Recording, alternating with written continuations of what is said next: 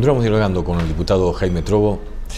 Jaime, decía, ¿cómo se coopta ese ciudadano? Bueno, yo creo que... Solo diciendo fulano, el gobierno está haciendo mal esto y esto. Yo creo que eso es un componente, porque ¿qué pasa? ¿Qué tiene como responsabilidad la oposición? Cuando resulta una elección, la ciudadanía por mayoría adjudica a alguien, el gobierno, ejecutivo, y sienta a otros individuos en el Parlamento. ¿Pero para qué? ¿Para que la miren pasar o para que piensen, para que razonen, para que discutan, para que busquen, para que hurguen, para que pregunten, para que controlen?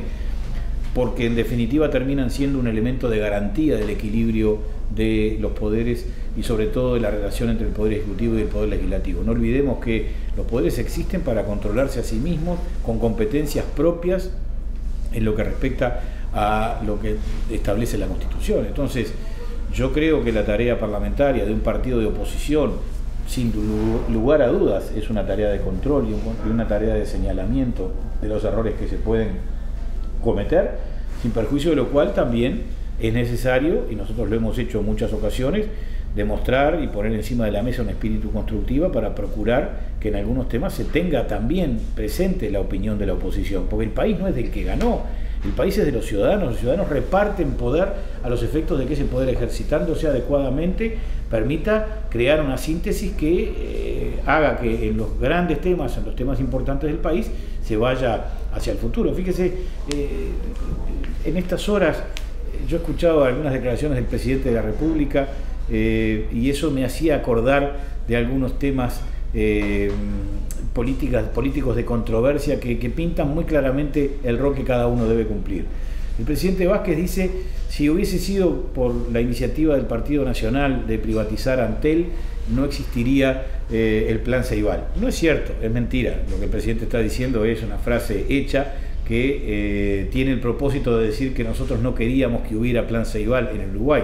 Por cierto que Jaime, la instancia del plebiscito de Antel en el año 1992 es una instancia muy diferente, no tiene nada que ver. Nosotros pensábamos que la empresa debía recibir capital privado y la empresa quedaba con una mayoría, una acción de oro que le permitía conducir todos los destinos de la empresa. Entendíamos que ese era el mecanismo para que esta empresa pudiera transformarse realmente en una empresa hacia el futuro.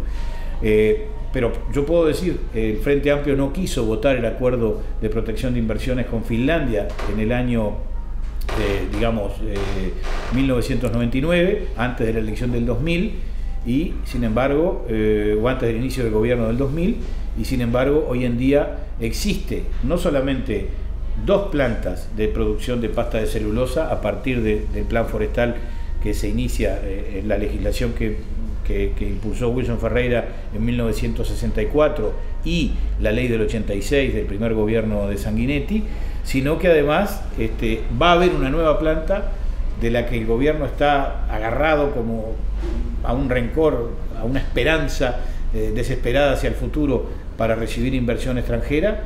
Y sin embargo yo podría decir, si hubiésemos hecho lo que el Frente Amplio hizo en aquella ocasión, votando en contra del Tratado de Protección de Inversiones con Finlandia, hoy el gobierno no tendría la posibilidad de recibir a una segunda planta de la empresa UPM. Entonces, volver a veces al pasado para tratar de poner algunos temas en actualidad que no tienen nada que ver con la realidad, yo considero que es un error. Entonces creo francamente que es necesario pensar en positivo, cumplir el mandato nuestro es el mandato de controlar, pero en los grandes temas también cooperar para que estos beneficien al país.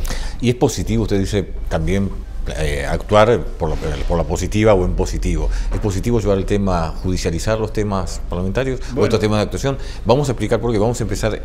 ¿Qué es lo que denuncia sobre los acuerdos de Uruguay con el gobierno de Venezuela? A ver, no por cambiar la pregunta, pero diría primero, ¿por qué denunciamos? Denunciamos porque no se quiere investigar.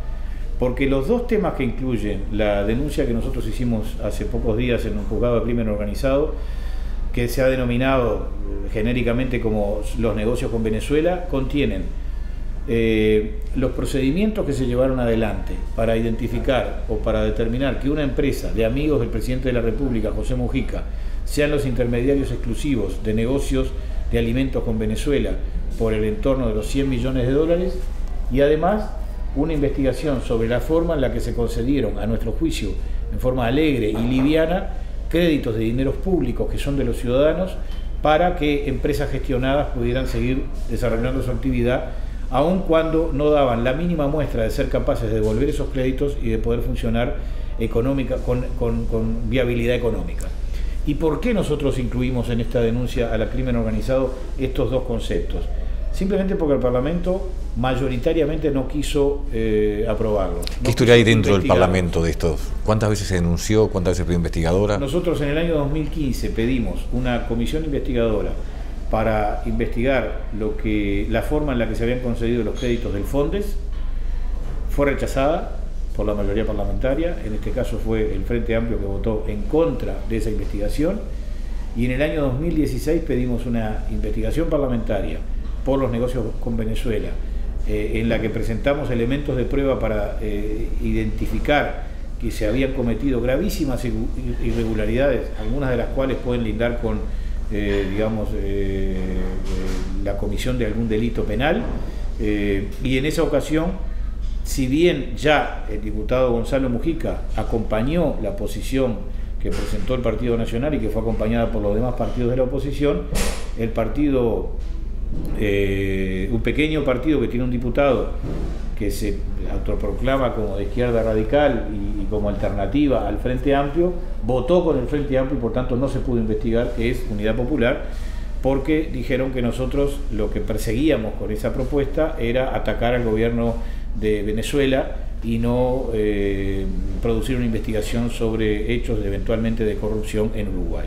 Entonces, presentamos la denuncia penal no porque nosotros queramos que el debate político se dé en el ámbito judicial y por tanto esa denominación de judicializar la política. No, simplemente porque el Parlamento no quiere investigar, y si yo tengo un convencimiento, si yo tengo elementos de juicio suficientes como para promover una investigación parlamentaria, y en el Parlamento hay una mayoría en contra de esa investigación, y yo creo que esos elementos le pueden dar a la justicia datos para realizar una investigación judicial, bueno, lo hago, y en este caso nosotros cumplimos con nuestra obligación que entendíamos conveniente, que era llevar este asunto a un estrado judicial. Ahora está en manos de la justicia.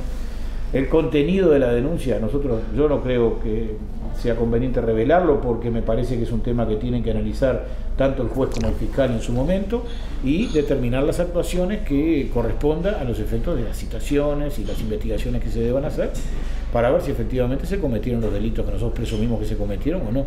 Ahora, ¿cuál es el modus operandi que usted entiende que se usó por parte de la administración Mujica en este caso? Mire, en el caso de la venta de productos a Venezuela, o de la participación de esta empresa amiga en la venta de productos a Venezuela, fue el mismo que se utilizó en el año 2005 cuando aquel negocio frustrado de la venta de casas fabricadas. ¿No? El tema es así. Lo primero que hay que saber, que hay que tener en claro, es que el gobierno de Venezuela es un gobierno socialista, yo diría socialista marxista, con una concepción de que la economía debe estar regida por el Estado y que los privados tienen una pequeña porción de la economía, y los que hacen todo son los entes públicos y las entidades públicas. O sea, por ejemplo, en importación de alimentos, en Venezuela no compran los importadores, compra una empresa estatal que es dependiente del Ministerio de Alimentación, y todo lo que se le exporte de cualquier país del mundo a Venezuela en materia alimentaria debe pasar por ese ministerio. O sea, si ese ministerio no toma la decisión de importar arroz, queso, pescado, leche, soja o trigo del Uruguay, nadie de Uruguay o de otro país del mundo puede exportarle ese tipo de productos a Venezuela. Y en el caso de las casas prefabricadas, también la única entidad en Venezuela en condiciones y con legitimidad para importar productos vinculados con la industria de la construcción y casas prefabricadas es el Ministerio de Vivienda o el Ministerio de Hábitat o Medio Ambiente, como se le llama. En el caso del año 2005 hay una cosa muy interesante. El mismo día en el que se firma un convenio entre el entonces canciller Gargano de Uruguay, en representación del Ministerio de Vivienda, por decirlo de algún modo, y el Ministro de Vivienda de Venezuela, por el cual se comprometen mutuamente a brindarse apoyo técnico, asistencia y homologación de tipos de vivienda para exportar de Uruguay a Venezuela, ese mismo día el mismo ministro venezolano firma con un empresario uruguayo un contrato para que Venezuela se provea de casas prefabricadas por un monto de 125 millones de dólares. O sea, mientras los estados hacen un acuerdo en este momento, en el mismo acto, a la media hora, el Estado venezolano y un privado uruguayo hacen un negocio por 125 millones de dólares. Ya estaba armado, dice usted. Por supuesto que estaba armado, como es el caso de la empresa Aire Fresco. Pero ese empresario era amigo de la administración, era frente amplista, era asociado Mire, al yo Frente no Amplio sé del si era gobierno. amigo o asociado, pero sé que tenía intereses seguramente vinculados al gobierno, porque yo no puedo creer que sea tan rápido un empresario como para hacer un negocio de 125 millones de dólares a los 5 minutos de que los estados firmaron un acuerdo para proveerse de asistencia técnica, de tipologías de viviendas o lo que fuera. Me parece, es una cosa absolutamente inédita. Pero lo mismo pasa con Aire Fresco.